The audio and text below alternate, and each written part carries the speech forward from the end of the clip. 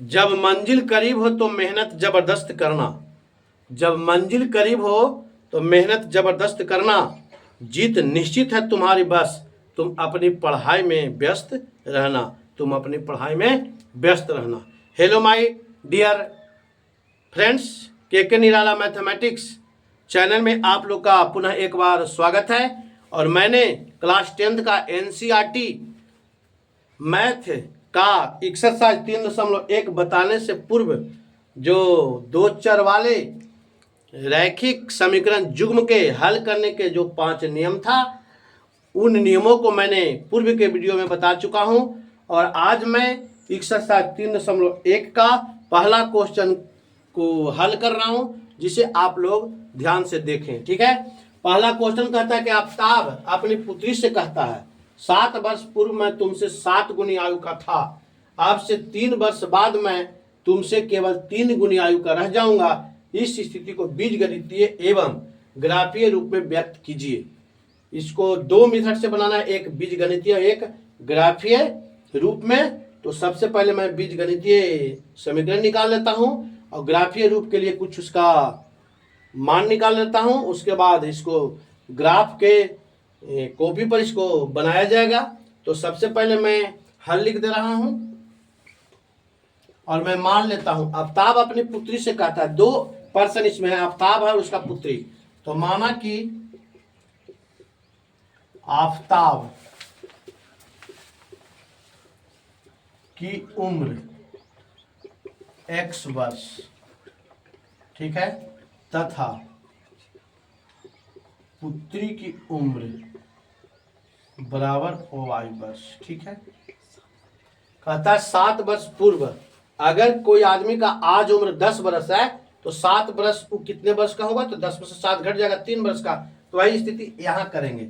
7 वर्ष पूर्व आफ्ताब की उम्र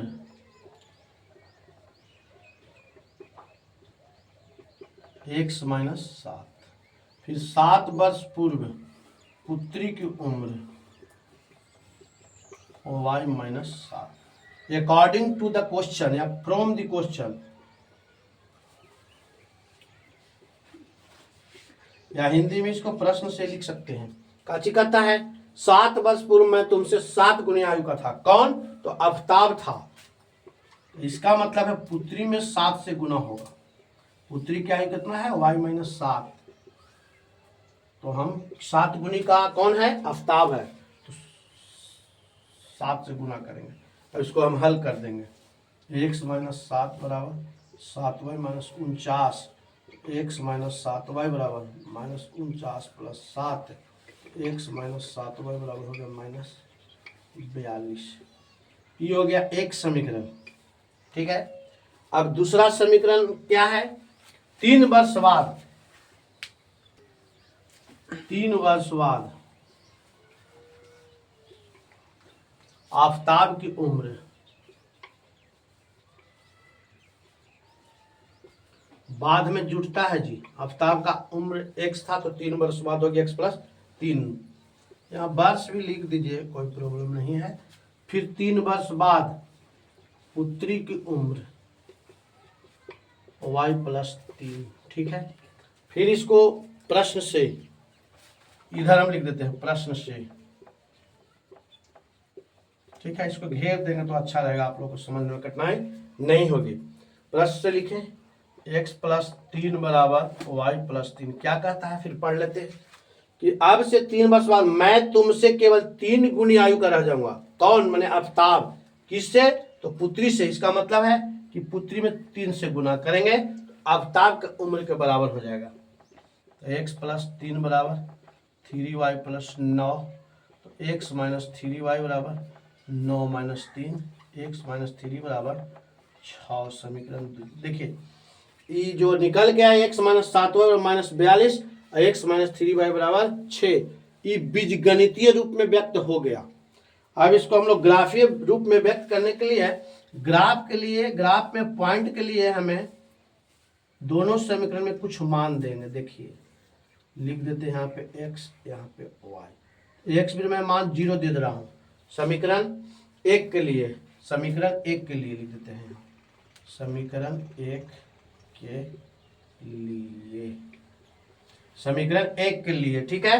तो एक्स बराबर 0 माना, तो देखिए यहाँ समीकरण है x माइनस 7y बराबर माइनस 42, तो 0 माइनस 7y बराबर माइनस 42, तो हो जाएगा माइनस 7y बराबर माइनस 42, तो 7 छक्का 42, y बराबर 6 हो गया, 6 आ गया, ठीक है।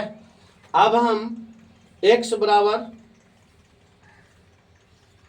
कोई दूसरा भी मान सकते हैं, मान 2 मान सकते हैं, या 3 भी मान सकते हैं, या 4 भी मान सकते हैं, या 5 भी मान सकते हैं, या 6 भी मान सकते हैं।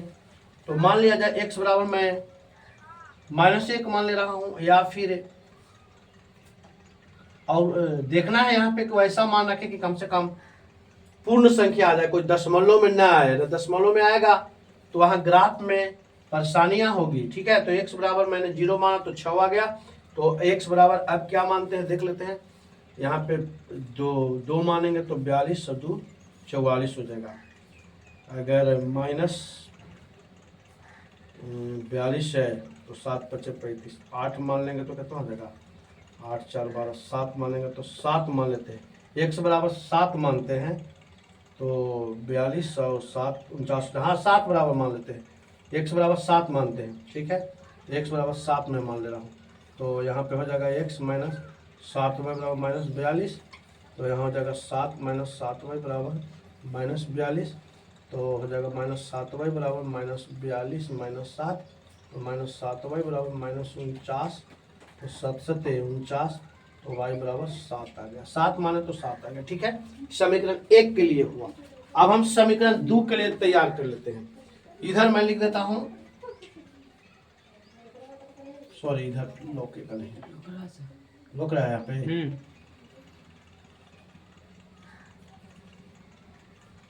x और y, यहाँ पे हम लिख देते हैं समीकरण 2 के लिए, ठीक है। समीकरण 2 के लिए, 2 के लिए x बराबर मैं 0 मानता हूं।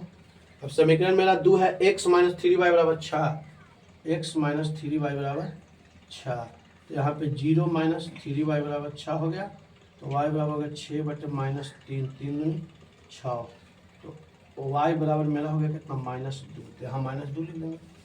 x बराबर फिर रखते हैं, इसका मान कितना रखें, 3 रख देते हैं, -3 रख देते हैं, x बराबर -3 रख देते हैं, x बराबर -3 लिखते हैं समीकरण में, तो x माइनस 3y बराबर 6 है, तो -3 माइनस 3y बराबर 6 हो गया, तो -3y बराबर हो गया 6 जोड़ 3, तो y बराबर हो गया 9 बटे -3, 3 3 के 9, तो y बराबर हो गया -3, ठीक है, y बराबर हो गया -3।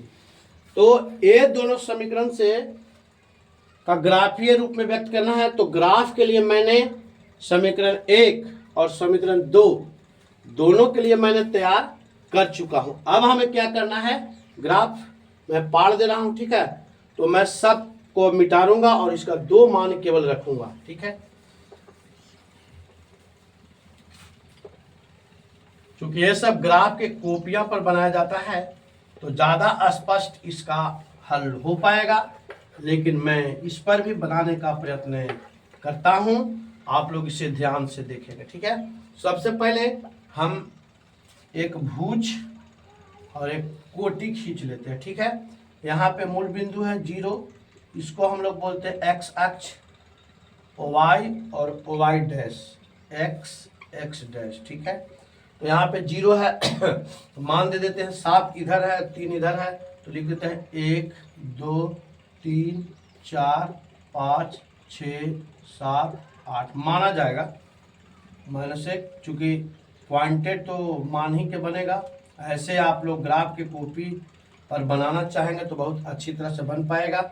इधर भी 1 -1 -2 -3 -4 -5, ठीक है। ऊपर भी 1 2 3 4 5 6, ठीक है।